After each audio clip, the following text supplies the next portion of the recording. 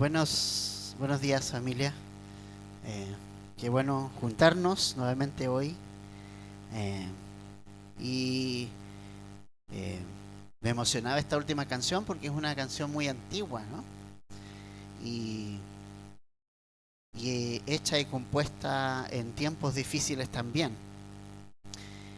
Y la fidelidad de Dios es grande. Y justamente creo que no es coincidencia que justamente la iglesia que hoy vamos a ver, la carta que Jesús escribe hoy día a la iglesia, es una carta a una iglesia que es fiel. Eh, y sabes qué, muchas veces a nosotros nos confundimos tanto con lo que Dios desea de nosotros. Y si tú revisas la Biblia y revisas las escrituras y estás poniendo atención a las cartas que Jesús está escribiendo a su iglesia aquí en el Apocalipsis, te vas a dar cuenta de que la iglesia es imperfecta. Nunca vamos a encontrar una iglesia perfecta y nunca vamos a encontrar un cristiano perfecto. A veces los buscamos, ¿no? Eh, y no los vamos a encontrar. Pero sí vamos a encontrar la fidelidad de Dios en nosotros, en la iglesia, en nuestra vida y en la de otros. Sí vamos a encontrar que Dios es fiel. No vamos a encontrar a lo mejor perfección en la iglesia, pero vamos a encontrar que Dios es fiel, que Jesús es fiel. Entonces, en esta iglesia, en esta carta que Jesús escribe hoy, vamos a ver una iglesia muy linda, porque es la única de las iglesias a quien Dios no tiene nada que reprocharle, absolutamente nada que reprocharle. Es una iglesia fiel a Cristo y es una iglesia la cual viene a buscar Jesús y que se va a llevar Jesús. Es una iglesia que espera a Jesús y que Jesús se va a llevar. Entonces les invito a leer porque es harto lo que tenemos que ver en este pasaje. Así que los invito a leer todos los versículos de esta iglesia, versículos 7 al 13 de Apocalipsis 3. Dice: escribe al ángel de la iglesia en Filadelfia, el santo, el verdadero, el que tiene la llave de David, el que abre y nadie cierra, y cierra y nadie abre, dice esto: yo conozco tus obras, por tanto, yo entregaré a aquellos de la sinagoga de Satanás que dicen ser judíos y no lo son, sino que mienten. Yo haré que vengan y se postren a tus pies y sepan que yo te he amado, porque has guardado la palabra de mi perseverancia. Yo también te guardaré de la hora de la prueba, esa hora que está por venir sobre todo el mundo, para poner a prueba los que habitan sobre la tierra. Vengo pronto. Retén firme lo que tienes, para que nadie tome tu corona. Al vencedor le haré una columna en el templo de mi Dios, y nunca más saldrá de allí. Escribiré sobre él el nombre de mi Dios y el nombre de la ciudad de mi Dios, la nueva Jerusalén que desciende del cielo de mi Dios, y mi nombre nuevo. Muchas gracias, hermano. El que tiene oídos, oiga lo que el Espíritu dice a las iglesias. Señor, enséñanos hoy por medio de estos versículos. Y acabamos de leer que tú abres y nadie cierra. Queremos pedirte que abras nuestro corazón, para que nuestro corazón de verdad sea quebrantado por tu palabra y sea transformado por ella. Gracias, Padre, por estos mensajes, estas cartas tan importantes para hoy, para nuestra vida y para esta iglesia. Y para la iglesia de hoy. Gracias, en el nombre de Jesús. Amén.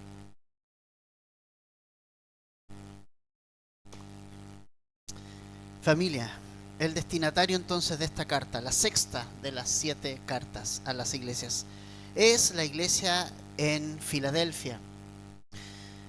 Esta ciudad de Filadelfia está ubicada a 50 kilómetros de Sardis y era una ciudad muy joven, fue fundada recién en el 189 a.C., así que tiene poquitos años, ¿ya?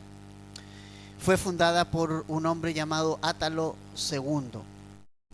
Una cosa que era muy común en esta zona y en esta ciudad específica era que era una ciudad donde ha habido y hay muchos terremotos. Podríamos pensar que era una zona muy parecida a la de nosotros, ¿no? Porque vivimos en un país sísmico. Y esta ciudad era una ciudad sísmica. Entonces habían habido muchos terremotos y uno de esos terremotos ocurrido el 17 después de Cristo destruyó la ciudad, que se tuvo que parar y reconstruir de nuevo. Fue tan fuerte ese terremoto, pero aunque fue tan fuerte ese terremoto, fíjense ustedes que quedaron en pie las grandes columnas de los templos construidos en esa ciudad porque estaban muy bien fundamentados. Ustedes saben que las construcciones antiguas eran muy firmes, ¿no? Yo creo que los ingenieros en construcción actuales tienen que pedirle a esa gente que les muestre el secreto, ¿no? Porque esas columnas todavía están ahí en muchos de esos lugares y son turísticos. Entonces estas columnas quedaron allí a pesar de la gran destrucción. Pero la gente, cuando ya vio que no era muy seguro habitar dentro de esta ciudad, decidió vivirse en las afueras de la ciudad. Entonces había una gran vida agrícola alrededor. Era una zona vitivinícola, era conocida por sus vinos. Era una ciudad que tenía una buena reputación en cuanto a los vinos. Sin embargo, igual era una ciudad que tenía templos. De hecho, se le decía la pequeña Atenas, porque era similar en cuanto a su funcionamiento y estructura. Pero el culto principal de esta ciudad era a Dionisos, o también llamado el dios Baco. Y es importante porque la oposición de la iglesia allí en Filadelfia, fíjense ustedes que no la sufrió por parte de la idolatría y del culto pagano de la ciudad, sino más bien la enemistad o la oposición a esta iglesia vino de parte del judaísmo. Curiosamente vino de parte de las personas que decían creer en Dios. La persecución que enfrentó la iglesia de Filadelfia fue por parte de judíos, fue por parte de personas que, entre comillas, seguían a Dios, ¿ves? Y de allí vino toda su oposición, curiosamente más fuerte que la oposición que le generó la idolatría del lugar. Ahora la ciudad, el nombre de la ciudad Filadelfia significa amor fraternal. Y es interesante cómo Jesús tiene esto de que aprovecha lo que la ciudad es para hablarle también a la iglesia que está en esta ciudad. Y me gusta eso porque esta iglesia justamente es una iglesia fraterna, con un gran amor a Dios, a Jesucristo, y fiel al Señor. Y es interesante porque saben ustedes que esta iglesia de Filadelfia fue una de las que vivió o existió más tiempo de todas las que Jesús les escribió. La mayoría de estas iglesias empezaron a decaer y estas 7 iglesias pasaron unos años y ya no hubo más iglesias en esos lugares. Pasaron 20, 30, 40 años y desaparecieron. Pero la iglesia de Filadelfia, fíjense ustedes, ¿saben qué? Se mantuvo fiel hasta el año 1300 después de Cristo. Es una locura de tiempo. ¿Cuántas generaciones pasaron en esa iglesia? Y solamente fue destruida por una operación de los seguidores del islamismo que vinieron con toda su violencia y mataron y asesinaron a todos estos cristianos allí Es interesante cómo el Islam tomó posesión de esta zona y en Turquía, ¿no? Y en todos los alrededores hasta el día de hoy. Pero esta fue una iglesia que se mantuvo fiel hasta el 1300. Increíble. Ahora, las características del remitente que se enfatiza aquí de Jesús, ¿no? En el verso 7, Jesús se presenta como el santo, el verdadero, el que tiene la llave de David, el que abre y nadie cierra, y cierra y nadie abre. Y es interesante esta presentación de Jesús, porque básicamente lo que nos recuerda es que Jesús es santo. Se nos olvida a veces eso. Jesús estuvo en la tierra, Jesús tomó forma de hombre, pero porque fue nacido de una virgen es que Él no se contaminó, ni fue alguien sujeto a pecado. En Jesús, mientras estuvo en la tierra, no hubo pecado. No fue concebido en pecado, sino que fue concebido por obra del Espíritu Santo cuando fue hombre, porque Él es eterno. Él es Dios santo. Isaías nos dice que 6:9, ¿no? Nos dice todo lo que Jesús es, y es eterno, dice, y es santo, es admirable, consejero, Dios fuerte, príncipe de paz. Y Él es santo también. Y eso significa que Él es santo y que nosotros, sus seguidores, lo somos también. Él nos ha separado para Él. Él nos ha comprado con un precio a precio de sangre. Entonces, como Él nos ha comprado, Él ya no nos va a vender al mejor postor. Él nos ha comprado a nosotros para mantenerse junto a nosotros. Él nos ha comprado y nos ha separado para uso exclusivo de Él. Es decir, tú y yo somos santos porque somos separados por Jesús y su sacrificio en la cruz del Calvario. Él pagó el precio por ti para separarte de este mundo. Y ya no eres parte de este mundo. Aunque estás inserto aquí, aunque eres parte del mundo, Jesús te ha comprado y te ha puesto aparte. Y eso es santo, es ya ser llamado aparte de este mundo. Y hay dos tipos de santidad. La primera de ellas es la posicional, que quiere decir que por el solo hecho de tú haberle entregado tu vida a Jesús, Jesucristo te ha dado una posición de santo. O sea, tú eres santo. No tienes que trabajar por la santidad. ¿Entiendes eso? Porque crees en Jesús, Él ya te ha dado una posición diferente y ya no tienes que trabajar para ser santo, porque lo eres. Y lo eres solamente por creer en Jesucristo. Él te ha dado esa posición. Ahora hay otra santidad, que es el proceso de santificación, que es el proceso de irnos pareciendo más a Jesús. Y ese sí se demora toda una vida. Ese es algo que va de a poco ahí el Señor mostrándose a nuestra vida. A medida que avanza nuestra vida, el Señor va a mostrar nuestro corazón a través de la palabra y va a ir trabajando y va a ir dándonos y avanzando en este proceso de santificación. ¿Pero para qué? Para parecerme más a Jesús. Así que Jesús es santo y nos ha dado también a nosotros esa posición de estar separados. Yo no soy santo porque soy perfecto. Los santos no son perfectos. Nosotros tenemos la idea del catolicismo de lo que es santidad. Muchas veces se tiene la idea del catolicismo de lo que es ser un santo. A veces la gente se imagina un santo, un hombre con alitas y con una aureola en la cabeza, ¿cierto? Volando, así, y como que nada hace. Eso no es ser santo. La Biblia no nos habla de ese tipo de santidad.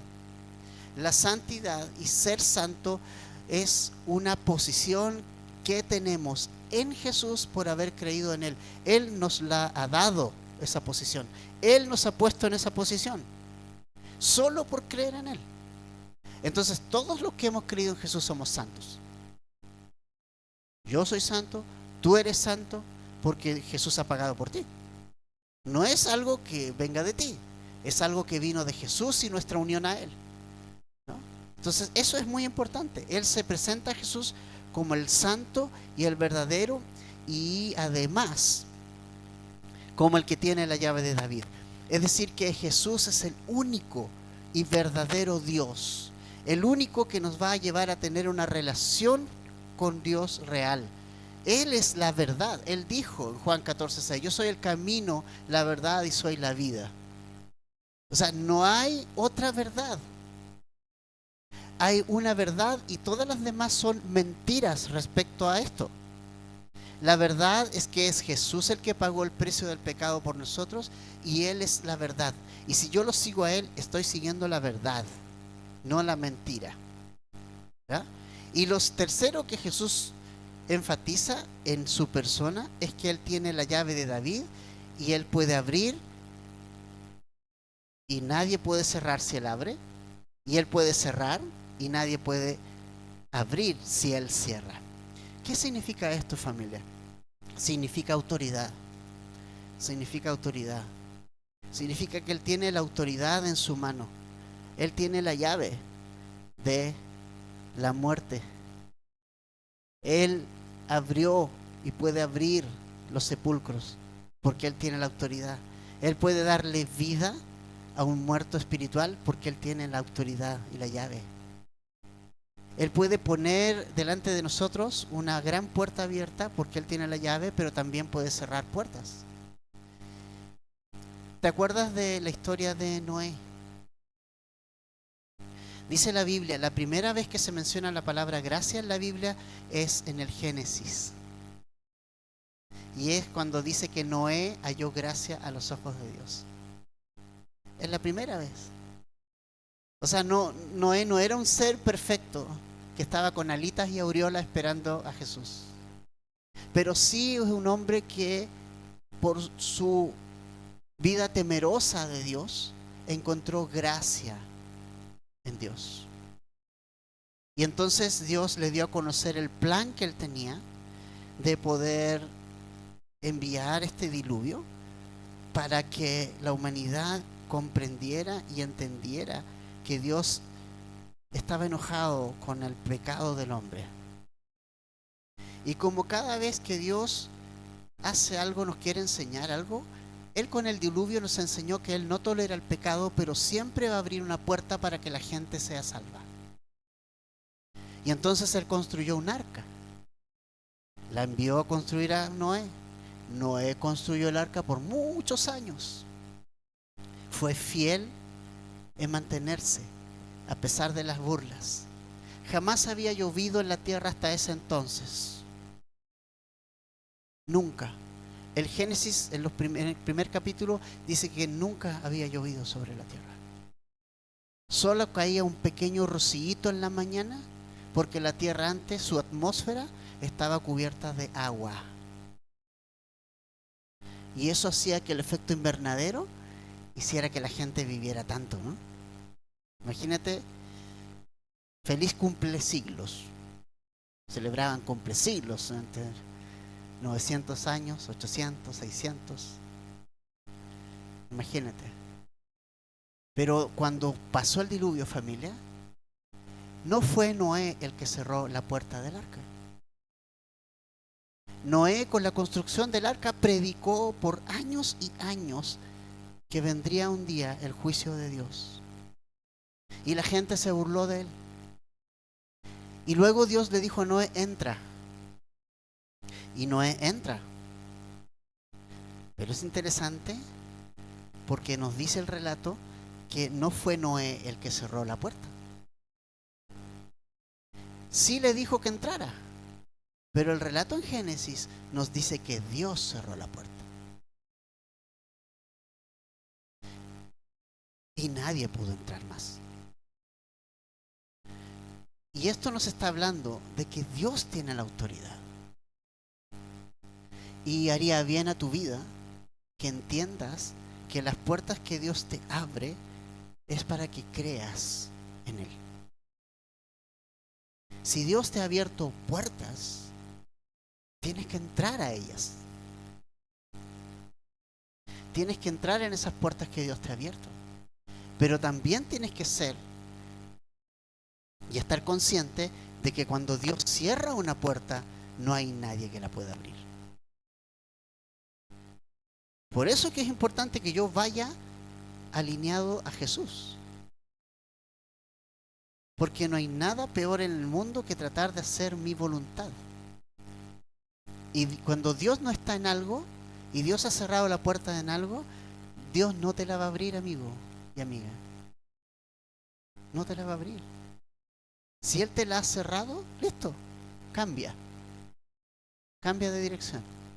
No era nada más. Pero si Él te ha abierto la puerta, entonces entra. Porque Él la ha abierto y nadie la puede cerrar. Él tiene la autoridad. ¿Y sabes por qué Jesús tiene la autoridad? Por lo que dice Mateo 28, 18. Tiene la autoridad. Mateo 28, 18 al 20. Está la gran comisión ahí. Pero fíjate lo que dice. Acercándose Jesús les dijo a los discípulos: toda autoridad me ha sido dada en el cielo y en la tierra. Jesús le recuerda a sus discípulos: tengo la autoridad. Antes de este momento, nunca Jesús le había dicho a sus discípulos que tenía la autoridad. Solo se lo dijo después de resucitar. ¿Por qué? Porque la autoridad Jesús la tuvo por haber muerto en la cruz y por haber resucitado el tercer día. Él ahí agarró la autoridad y tomó esta autoridad en el cielo y en la tierra. Y Él nos ha dado esa autoridad a todos sus hijos. Por eso el 19, como Jesús tiene la autoridad en el cielo y en la tierra, Jesús envía a sus discípulos y dice: vayan y hagan discípulos a todas las naciones, bautizándoles en el nombre del Padre y del Hijo y del Espíritu Santo, enseñándoles a guardar todo lo que les he mandado. Y recuerden, yo estoy con ustedes todos los días hasta el fin del mundo. Jesús le recordó a sus discípulos: yo tengo la llave, yo tengo la autoridad, entonces no hay nada que temer. Yo tengo la llave de la puerta. Yo tengo la autoridad. Entonces tal vez en tu vida tú ves mucha gente que tiene autoridad. Tú ves, por ejemplo, en tu colegio, en tu universidad, que compañeros pareciera que son avasalladores. Parece ser que ellos tienen una cierta autoridad sobre nosotros. Ves a la gente que trabaja y ves que está rodeado de gente que parece que tiene la autoridad. Pero nunca te olvides de algo. No hay autoridad mayor que Jesús, y esa es la autoridad que está a tu lado. Está de tu parte. Jesús está de tu parte. Y Él tiene toda la autoridad. Él puede abrir puertas increíbles que tú ni siquiera sabes ni conoces. Él puede abrir puertas donde todo parece cerrado. El año pasado, o antepasado ya, ¿no? Cuando vino Josué Evers, antepasado, ¿verdad? ¿Recuerda lo que pasó en el Liceo Camilo Enríquez? Recuerdo que no había ninguna posibilidad. Cuando entré, me miraron y fue como así: yo fui apoderado de aquí, qué sé yo. Y todos como así: ya, está bien, pero este es un liceo laico, no vamos a dejar que alguien venga a proclamar alguna religión, ¿no? Lo que por supuesto es mentira. Porque igualmente tú ves ciertos indicios de alrededor que sí hay una cierta, entre comillas, evangelización de otras religiones. Pero a Jesús no lo queremos aquí, somos laicos. Pero te vamos a dar el mail de la directora y sé que puede hacer algo. Recuerdo haberle enviado el mail a la directora. Me presenté y le dije: viene tal movimiento, viene tal ministerio, hacemos esto, y contamos la experiencia de lo que Jesús ha hecho en nuestra vida allí. Un testimonio de lo que Jesús ha hecho. Y la respuesta del correo, contra todos los pronósticos y toda la hostilidad que sentí allí, fue: vengan y hagan todo lo que quieran. Porque finalmente Ellos no son autoridad. Si Dios quiere hacer algo, Dios va a abrir la puerta. No tengo que forzarla. No tengo que forzar personas, no tengo que forzar que la gente dé dinero, no tengo que forzar nada de eso, porque si Dios está detrás, Él abre la puerta. Este año, Felipe entró al liceo, al Camilo, y cuando fui y encontré la misma persona con la que hablé la primera vez y me dijo, este liceo es laico. Me miró, me dijo, yo a usted le conozco. Sí, le dije, yo también lo conozco. Yo me acuerdo de usted. Se sonrió. El Señor abre las puertas donde están cerradas. Él puede abrir enormes puertas para nosotros. ¿Para qué? Es la pregunta. Y es una buena pregunta. ¿Para qué? Para llevar el Evangelio. Esa es la gran puerta abierta que Dios ha puesto, ¿no? Entonces, como se han dado cuenta, esta iglesia no tiene reproche por parte de Jesús. Jesús no le dice nada malo a esta iglesia. Nada. Tienes que mejorar esto, tienes que... No, nada, nada, nada, nada, nada. ¿Y sabes qué, familia? Esto es una esperanza para nosotros. Por lo menos para mí. ¿Por qué? Porque sin ser perfectos, es posible ser irreprochables ante los ojos de Dios. Se puede. Sin ser perfectos. Porque Jesús sabe que no somos perfectos. Jesús conoce su iglesia a la perfección y sabe que su iglesia no es perfecta. Jesús no mira a la iglesia si es perfecta o no. Él sabe que no la es. Jesús sabe que ninguno de nosotros es perfecto. Por lo tanto, una iglesia sin reproche por parte de Jesús no es una iglesia perfecta, pero es una iglesia fiel en permanecer en Jesús y sus promesas. Familia, Jesús no busca perfección en nosotros. Entiéndelo. Imposible. Pero lo que Jesús le agrada de nosotros es que le seamos fieles. Que no lo cambiemos por nadie. Que no lo cambiemos de posición. Que no quitemos a Jesús y pongamos un hijo, o un esposo, o una esposa, o familia, o trabajo. Él quiere que le seamos fieles a Él. Es lo único que quiere. No quiere que seamos perfectos.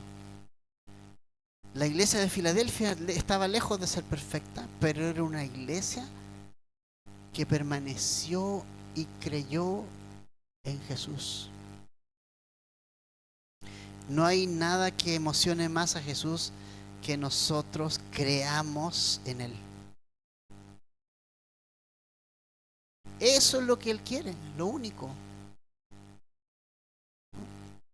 Entonces, es muy importante ver esto. Entonces, como no hay reproche, tampoco hay llamado al arrepentimiento. Ahora la pregunta es, ¿cómo se ve una iglesia fiel a Jesús entonces? ¿Qué es y cuáles son las cualidades de un cristiano y una iglesia fiel a Cristo?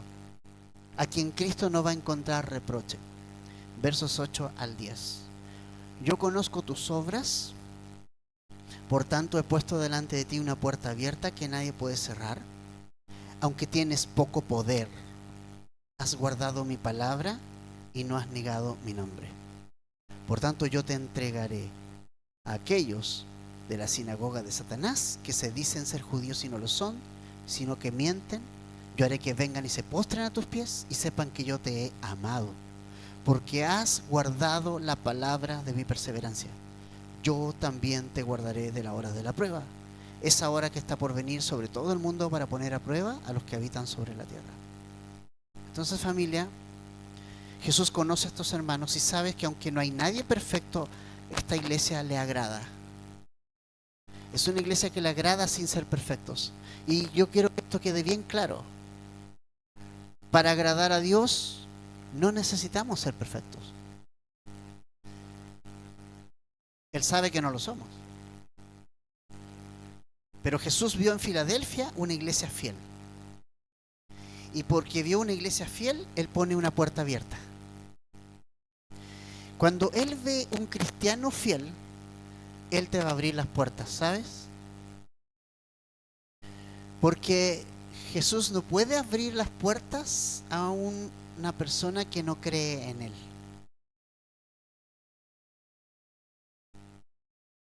Tal vez quisieras que Dios te abra muchas puertas para muchas cosas, pero nunca has pedido que Dios te abra puertas para compartir el Evangelio. Tú dices, ábreme las puertas de mi trabajo, Señor, ábreme las puertas para un nuevo trabajo, ábreme las puertas para un colegio, ábreme las puertas para un montón de cosas. Y te digo algo, las puertas que Cristo le abrió a esta iglesia no fue para eso, fue para predicarle. Fue una iglesia misionera. Fue una iglesia que predicó a Cristo en todos los lugares donde estuvo. ¿Sabes por qué?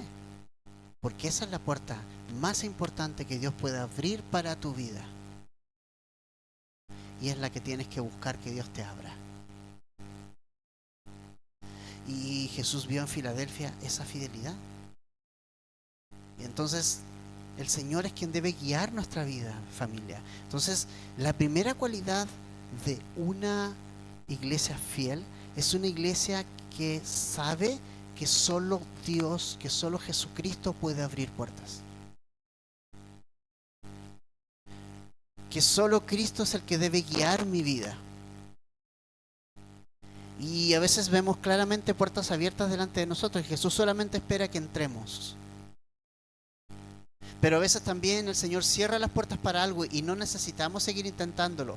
Y no debemos de forzar esas puertas que Él cierra. Pero si realmente el Señor se está moviendo con fuerza en algo y abre las puertas, Él entonces nos está diciendo, entren. Estas puertas que Dios abre son las puertas para el Evangelio. Quiero que veas, por ejemplo, conmigo dos pasajes. El primero de ellos, 1 Corintios 16, 8 al 9, por favor.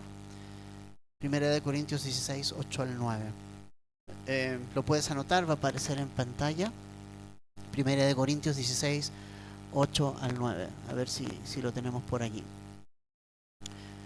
Dice, pero me quedaré, dice Pablo a los Corintios, en Éfeso hasta Pentecostés, porque se me ha abierto una puerta grande para el servicio eficaz, aunque también hay muchos adversarios. ¿Te das cuenta? Pablo ve una puerta abierta enfrente. Pablo ve que el Señor está abriendo puertas para compartir de Cristo, para servir donde está. Y él se quiere quedar allí porque el Señor está abriendo puertas, aunque el abrir puertas no significa que no van a haber opositores. O sea, el Señor abre puertas, pero van a haber opositores. Pero como Dios las ha abierto y Jesús las ha abierto, como Él nos dijo en Mateo 28, yo estoy con ustedes todos los días hasta el final de los tiempos. Entren. Hagan lo que tengan que hacer. Colosenses 4:3 también. Es importante que nosotros oremos para esas puertas abiertas, familia. Necesitamos orar para que Dios abra puertas. Colosenses 4:3 dice, oren al mismo tiempo también por nosotros, para que Dios nos abra una puerta para la palabra, a fin de dar a conocer el misterio de Cristo, por el cual también he sido encarcelado. Pablo pedía más puertas abiertas, que oráramos por más puertas abiertas. ¿Y sabes qué? He logrado comprender algo después de tantos años en el Evangelio. He logrado entender algo. El problema nuestro y de la iglesia contemporánea no es la baja autoestima. Es todo lo contrario. Es la estima demasiado alta.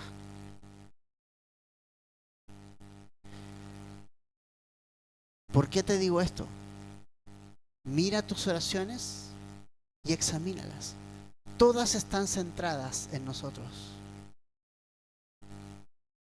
Ábreme las puertas para más dinero. Ábreme las puertas para un trabajo. Ábreme las puertas, ábreme las puertas.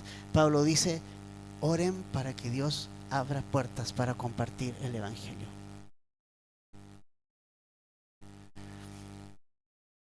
Por eso Jesús considera esta iglesia tan fiel, porque es una iglesia que considera las puertas abiertas que Dios ha quitado la llave y les ha abierto para compartir el evangelio. Ellos han entendido que la vida se trata de abrir las puertas por parte de Jesús para compartir el evangelio donde Él nos ha abierto las puertas.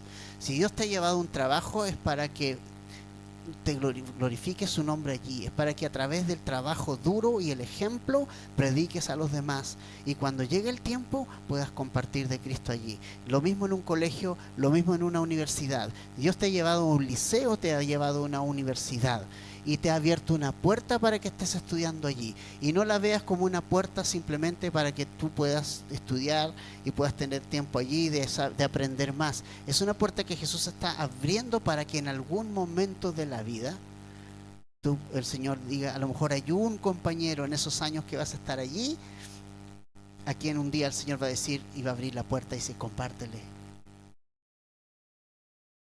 No va a ser todos los días ni todos los compañeros, pero tal vez Dios tiene en mente uno en todos esos años. Esta es una iglesia que aprovechaba las puertas abiertas para servir y llevar el evangelio allí. Por eso agradaba a Cristo. Por eso agradaba a Jesús. No hay nada que agrade más a Jesús, es que cuando Él abra las puertas nosotros entremos. Eso es lo que agrada a Jesús. Y si Jesús abre esas puertas, lo único que debemos hacer es entrar con fe en ellas.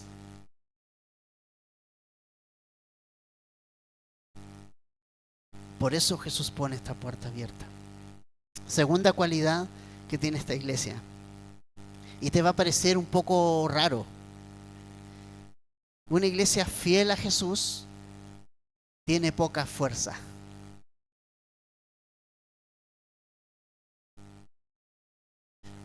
Tú dices, ¿cómo? ¿No se trata de fuerza? No, no se trata de fuerza. Otra vez tenemos el pensamiento humano. La poca fuerza parece debilidad más que fortaleza a nuestros ojos. Pero lo que Jesús nos enseña es totalmente lo contrario. Filadelfia no es una iglesia desde el punto de vista de número y del talento poderosa o fuerte. No. A lo mejor no tiene grandes eventos, nadie, a lo mejor nadie en la ciudad sabe que existe. Pero una iglesia con poca fuerza, una vida con poca fuerza, es lo que Jesús necesita para moverse. Nunca olvides eso. Él no quiere que tú tengas una gran fuerza y un gran poder. ¿Qué dijo Pablo en 1 Corintios 1:27? ¿Qué dijo allí? Que Dios ha escogido ¿lo qué? Lo necio del mundo para avergonzar a los sabios. Y Dios ha escogido ¿lo qué? Lo más fuerte, lo débil.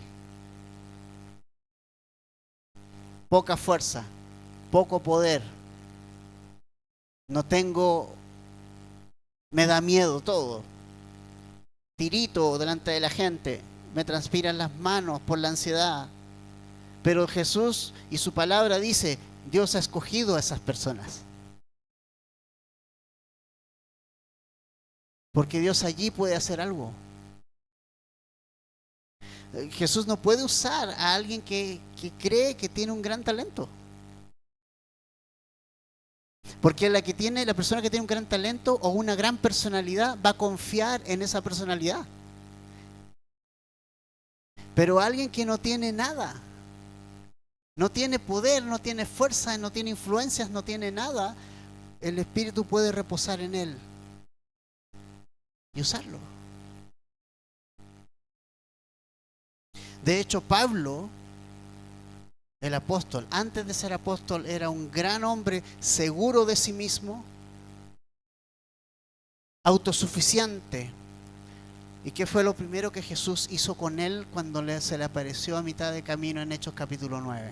Cuando le dijo, Saulo, ¿por qué me persigues? ¿Qué es lo primero que le pasó a Saulo? Lo primero, cayó a tierra. Es decir, Pablo, así como estás, ni por si acaso te voy a usar. Y lo dejó ciego. Imagínate, un hombre sumamente seguro de sí mismo tiene que ser llevado a Damasco a tientas. Tiene que ser llevado como un ciego y tiene que ser guiado para entrar en Damasco. Él tenía que aprender que no es su personalidad la que Dios va a usar. Dios quiere matar esa personalidad para usarlo realmente. Es más, Jesús le dio a Pablo un dolor en su cuerpo con el propósito de recordarle eso. Mira lo que dice 2 Corintios 12, 9 y 10. Pablo había pedido 3 veces que Dios le quitara esa debilidad, ese dolor que lo hacía débil, vulnerable. Y la respuesta de Dios está aquí, 2 Corintios 12, 9 y 10. Y Él me ha dicho, te basta mi gracia, pues mi poder se perfecciona en la debilidad. Por tanto, con muchísimo gusto me gloriaré más bien en mis debilidades, para que el poder de Cristo more en mí. Y el 10 dice, por eso me complazco en las debilidades, en insultos, en privaciones, en persecuciones y en angustias por amor de Cristo, porque cuando soy débil, entonces soy fuerte. Así es que, familia, escucha bien esto. ¿Te transpiran las manos? ¿Eres ansioso? ¿Encuentras que no tienes talento? Bienvenido al club de los que Dios usa. Poca fuerza es lo que Dios ocupa para su gloria.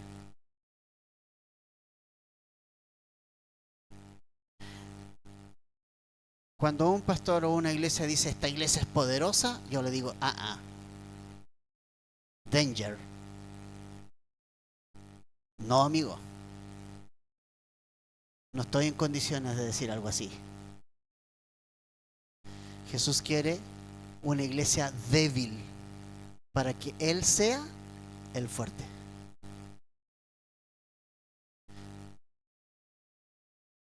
Pero como hoy día está este evangelio de que tú todo lo puedes, de que no puede haber ni un pobre, en que tenemos que caminar de victoria en victoria y confunden todo lo que el mensaje de la Biblia nos dice.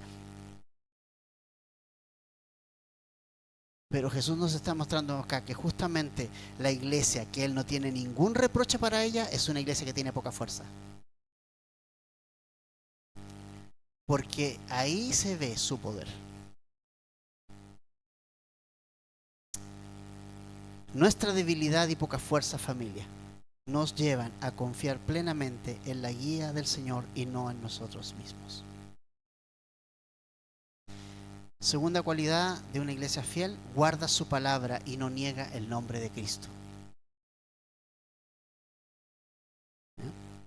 Dice,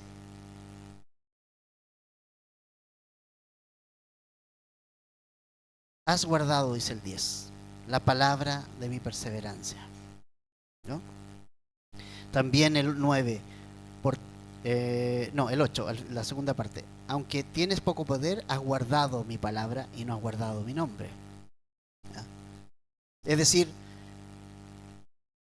una iglesia fiel y un cristiano fiel no solamente abre la Biblia,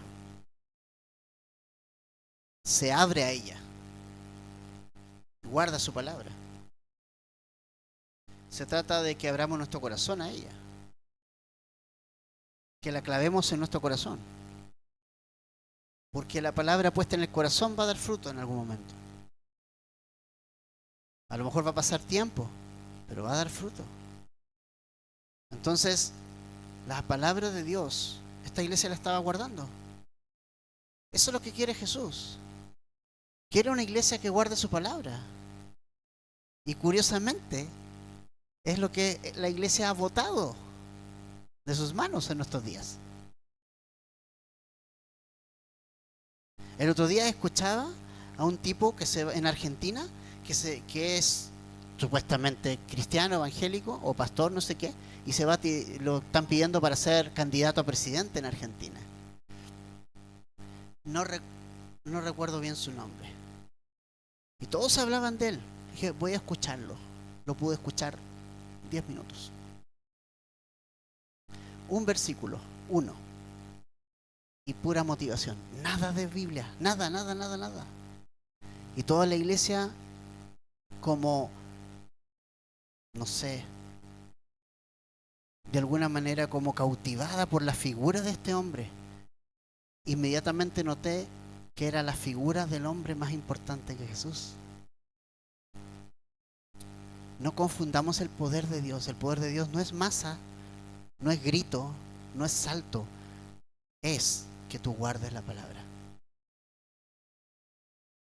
Eso es fidelidad a Dios. Guarda mi palabra. Y esta iglesia guardó la palabra. Y como guardó la palabra, jamás negó el nombre de Jesús. Se mantuvo firme diciendo, nosotros seguimos a Jesús. Y los enemigos judíos que Jesús llama, que son de la sinagoga de Satanás. Imagínate cómo les llama a los judíos que se reunían en las sinagogas en ese tiempo. Les llamaba, ellos son de la sinagoga de Satanás. Porque ellos están siguiendo una religión, ellos no me siguen a mí.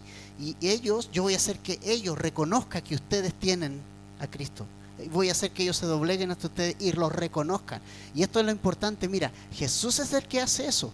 Jesús es el que nos levanta. El que se humilla, Dios lo va a levantar. Pero lo va a levantar para ser ejemplo. Para ser ejemplo a los demás.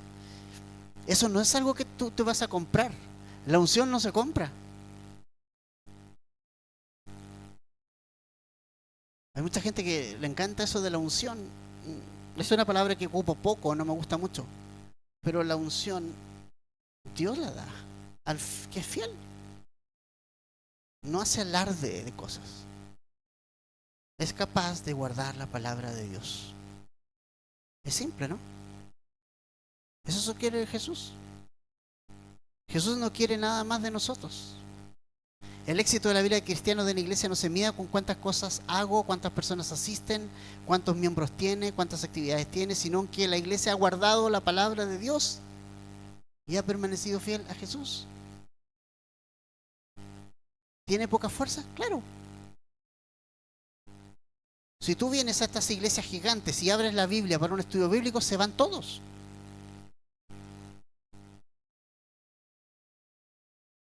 Porque la gente no quiere oír la verdad. Pero esta gente estuvo dispuesta a oír la verdad y a oír la palabra de Dios y a guardar la palabra de Dios en su corazón. ¿Cuál es la promesa para el vencedor, familia? 9 al 12 dice, por tanto yo entregaré a aquellos de la sinagoga de Satanás que dicen ser judíos y no lo son, sino que mienten. Yo haré que vengan y se postren a tus pies y sepan que yo te he amado. Y el 10, porque has guardado la palabra de mi perseverancia, yo también te guardaré de la hora de la prueba, esa hora que está de venir sobre el mundo para poner a prueba a los que habitan sobre la tierra. El 11, retén firme lo que tienes para que nadie tome tu corona. Y el 12, al vencedor le daré una columna en el templo de mi Dios. Y nunca más saldré de allí. Escribiré sobre él el nombre de mi Dios y el nombre de la ciudad de mi Dios, la nueva Jerusalén, que desciende del cielo de mi Dios, y mi nombre nuevo. Hay muchas promesas para una iglesia y un cristiano fiel, familia. La primera de ellas, el Señor se va a encargar de tus enemigos. Si tú eres fiel a Jesús, el Señor se va a encargar de todo. No te quedes peleando con que, oh, que en el trabajo, que el otro, que mis hermanos, que aquí, que allá. No, no, déjale eso a Dios. Céntrate en Jesús. El Señor se va a encargar de tus enemigos. Jesús se va a encargar de los enemigos de sus hijos aquí en Filadelfia. Él va a hacer que sus enemigos se postren delante de ellos. Él se encarga de nuestros enemigos cuando nosotros nos enfocamos en Jesús. Segundo, una vida fiel a Jesús va a ser guardada de la hora de la prueba que viene al mundo entero. ¿Cuál es la hora de la prueba que viene al mundo entero? Y la verdad, la hora de la prueba que viene sobre el mundo entero es la tribulación y sus 7 años. Es el tiempo de juicio intenso, los 7 sellos, las 7 trompetas y las 7 copas que Juan detallará más adelante en los capítulos del 6 al 19. Ese es el tiempo de prueba para este mundo. Este mundo va a enfrentar un juicio. Ni crean que el mundo se va a salir con la suya, porque Jesús va a ser justo. Y esos 7 años de tribulación es un juicio universal para toda esta tierra que Jesús va a traer sobre este mundo. Pero Jesús nos va a guardar a nosotros sacándonos de aquí, porque nunca en la Biblia vemos que el justo va a pagar un juicio hecho a un injusto. La iglesia no va a pasar ese periodo. De hecho, vamos a ver en el 4, ¿no? Hacia el final, que una voz le dijo a Juan: sube acá. Y la iglesia se va. Y no aparece hasta el 19, el 20. Porque no nos ha puesto Dios para ira. Solamente te voy a dar pasajes. 1 Tesalonicenses 4, 13 al 18. 1 Tesalonicenses 5, 9. Lo único que esta iglesia debe guardar y cuidar es que nadie robe su corona, que permanezca en Jesús. Hay gente como Saúl que su corona se le fue quitada.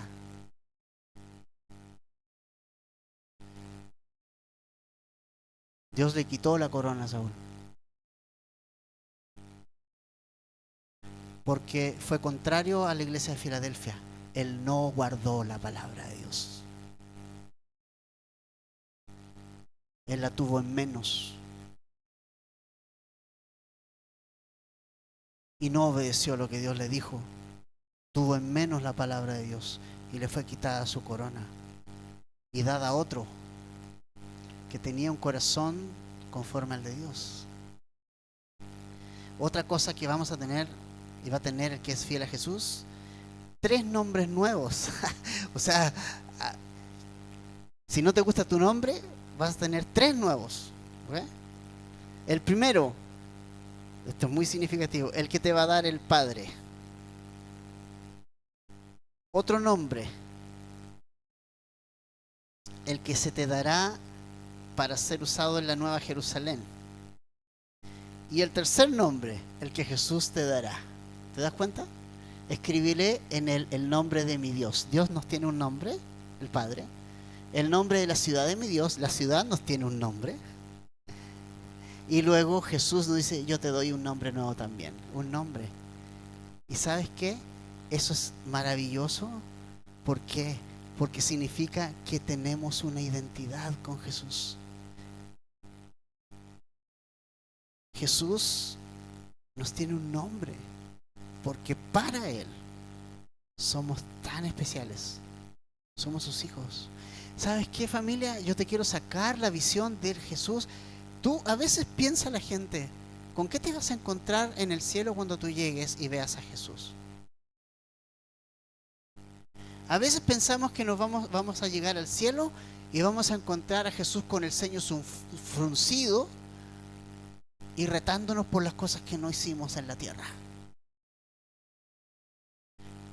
Debo decirte que esa es una imagen bastante distorsionada de lo que la Biblia nos menciona. ¿Sabes qué va a hacer Jesús la vez que te llegue allá? Te va a poner esos nombres. ¡Hola! ¿Cómo estás, Emanuel? ¿Cómo estás, Joy? Te estaba esperando. Pasa. Tengo nombres para ti de nuevo. Mira, te va a llamar así, así, acá, acá. Tengo nombres geniales, nuevos.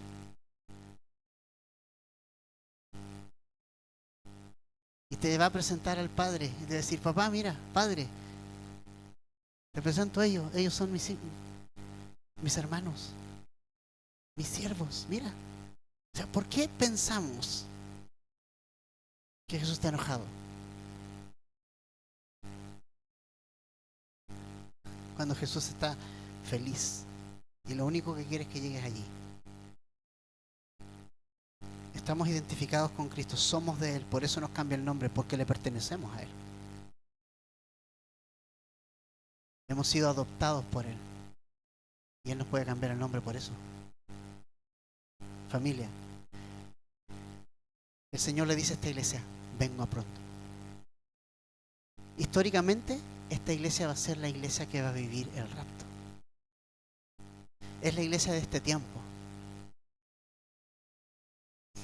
Significa que la iglesia de este tiempo no va a tener fuerza,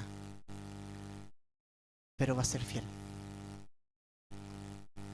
La iglesia que Dios va a usar en este tiempo no es la que tenga fuerza, es la que guarde su palabra y sea fiel. Quiero dejarte las 3 conclusiones y aplicaciones para hoy, antes de irnos a casa, compartir algo allá, atrás. Primero, no te enfoques en tu poca fuerza, enfócate en Jesús. Eso es lo primero.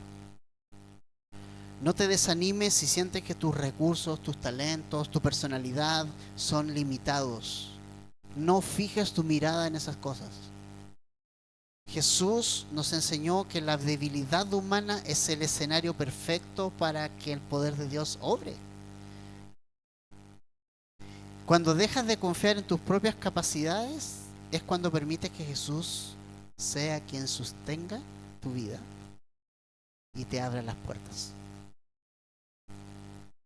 Dios no le va a abrir las puertas a personas que confían en su poder y fuerza. Se las va a abrir a personas que confían en Jesús. Segundo, reconoce las puertas abiertas y no fuerces las puertas cerradas. Aprende a discernir las oportunidades de servicio que Dios pone enfrente de ti. Mira, si Él abre una puerta en tu trabajo, familia o estudios, entra con confianza porque nadie podrá cerrar esa puerta. Pero recuerda algo también, que si Jesús cierra una, no fuerces la cerradura. Déjale la autoridad a quien la tiene, que es Jesús. Deja que Él te las abra. No intentes patear la puerta. Deja que Jesús las abra. Tercero,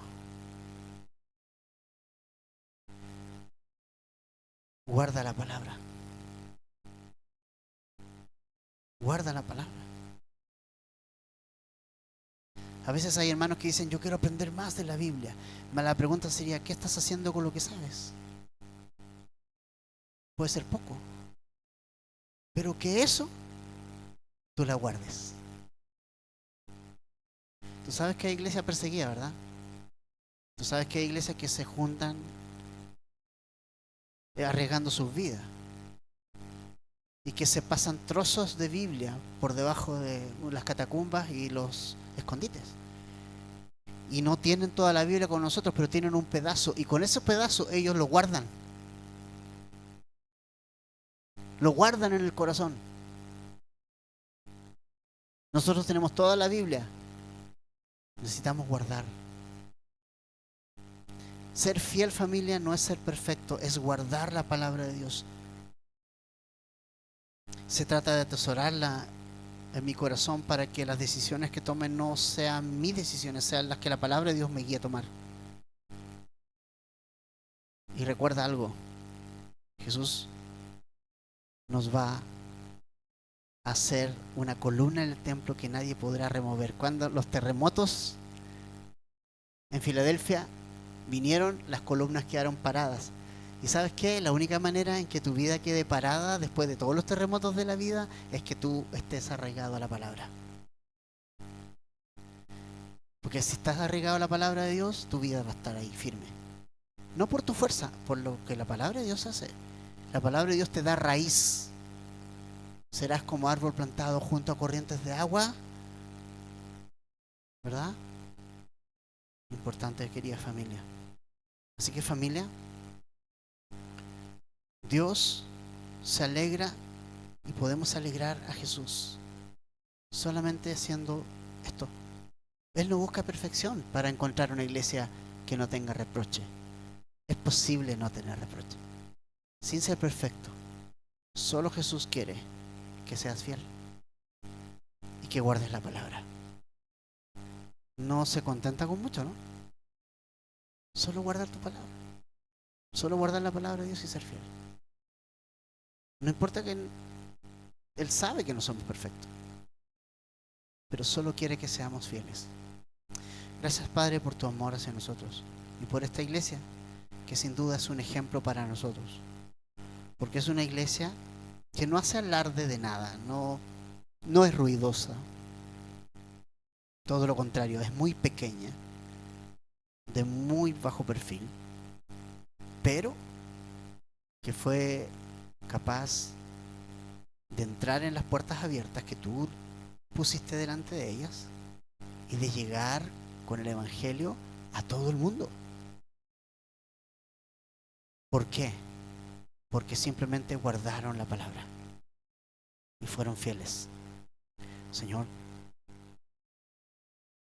estamos súper conscientes que no somos perfectos, estamos súper conscientes de nuestras limitaciones, pero que hoy podamos entender que no es la perfección la que tú buscas en nosotros, sino buscas fidelidad, que te seamos fieles, que no compartamos el lugar que solo tú tienes que tener y que guardemos tu palabra en nuestro corazón. Es muy simple. Queremos ser fieles. Tú vas a premiar la fidelidad, no la cantidad. Tu palabra dice: buen siervo y fiel. Sobre poco has sido fiel, pero sobre mucho te pondré. Entra en el gozo de tu Señor.